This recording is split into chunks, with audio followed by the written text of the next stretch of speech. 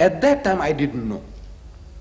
My knowledge was limited. I didn't know that Muhammad is mentioned by name.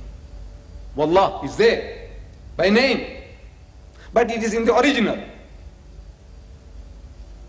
You see, in the Song of Solomon, in the Bible, in Hebrew, chapter 5 verse 16,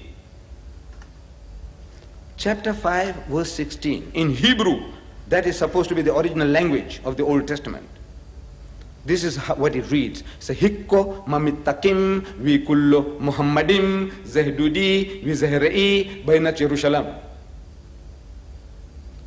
Muhammadim, im is a plural of respect in Hebrew.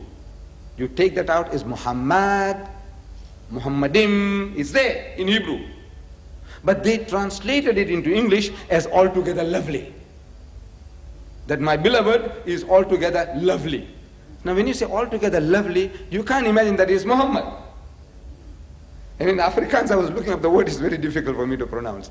But I tell you, it's so funny, you know, the translation of that altogether lovely, that most of you can't even pronounce that Afrikaans. It's so high above your heads.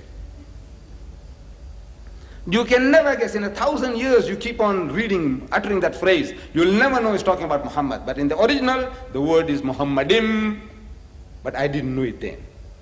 So I said, you see, if we are reasoning about Christ, why shouldn't we reason about Muhammad?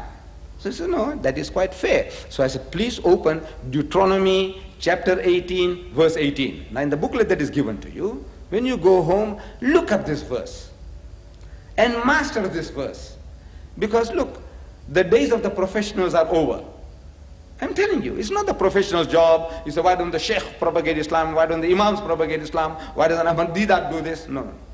Each and every Muslim must get involved according to your capacity.